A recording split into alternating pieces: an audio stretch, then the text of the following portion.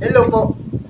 Welcome dito sa aking channel, Kawais TV, vlogs and tips pang araw-araw na diskarte sa buhay.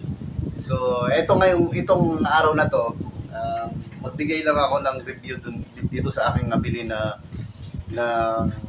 spray machine, Black Label Terminator. So, maganda naman siyang gamitin. So, bago yan, gusto ko lang magpasalamat nga pala dun sa aking mga bagong subscribers at saka yung mga hindi pa naka-subscribe, pwede pa kayong mag-subscribe dito sa Kawais TV. Paki-hit na lang ng bell para mabigyan ko kaagad kayo ng update.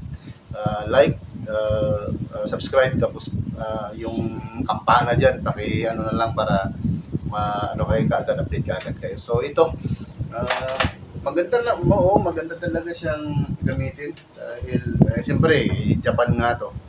So okay siya. Hindi Okay totoo siya, yan.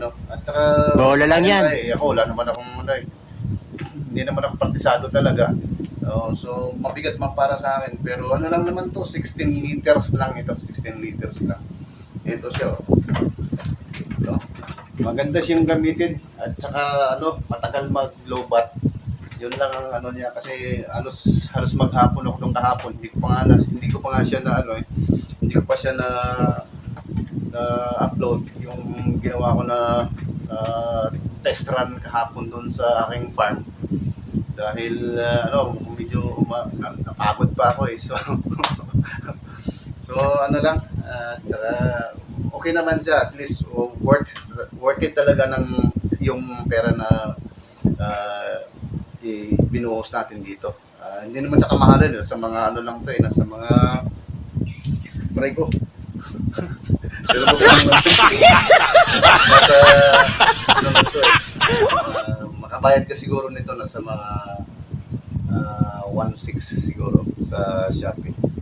So ito lang, medyo kailangan talaga natin na higpitan dito. Kasi kahapon yung yung test run ko kahapon, may tumatagas dito. Pero nahuli ko rin siya kasi nga maluwag ito. Ito, ayan maluwag ito. Kailangan mahigpit siya para hindi siya mag-spray din, kasi sayang din naman yung mga kumbaga yung kahapon kasing ginawa ko, lang yun, yung inisprayhan ko lang yung mga damo doon para mamatay, kasi kawawa yung ating tanim doon, na instead na yung sustansya nung galing sa lupa makukuha sa tanim natin, so sa damo na pupunta. Kaya kailangan talagang kunin yung parang ko na lang talaga sa Roundup, yung Roundup Roundup, dahil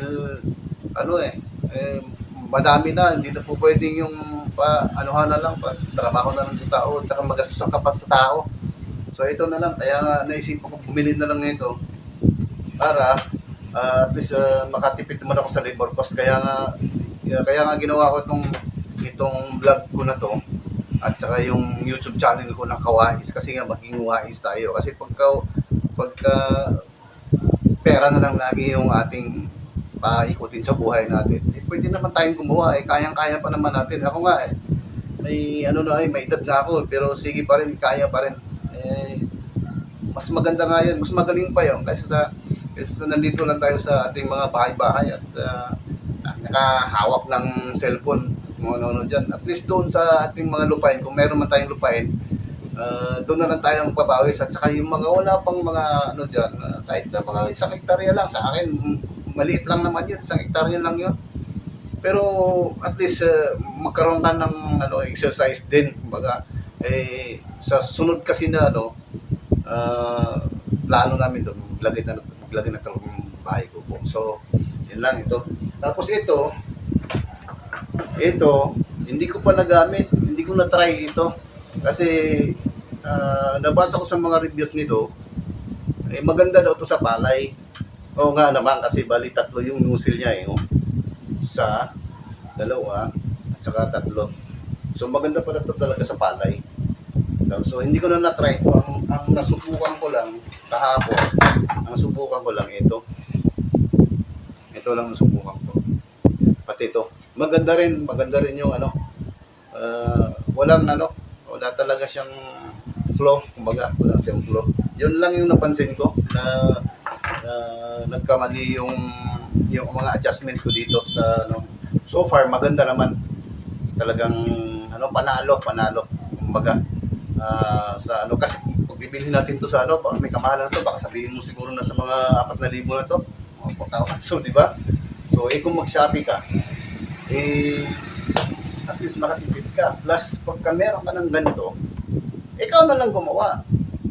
Kasi ano lang to 16 liters lang ito, tapos konti lang naman yung mga chemical na lagay doon Basta in total, mga 16 liters nito, puno 16 liters, kayang-kaya.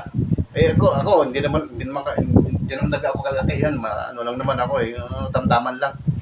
So, pwede, nagawa ko nga Ito yung charger na, nandito yung yung subukan ko yung kanyang power, makita ko sa inyo.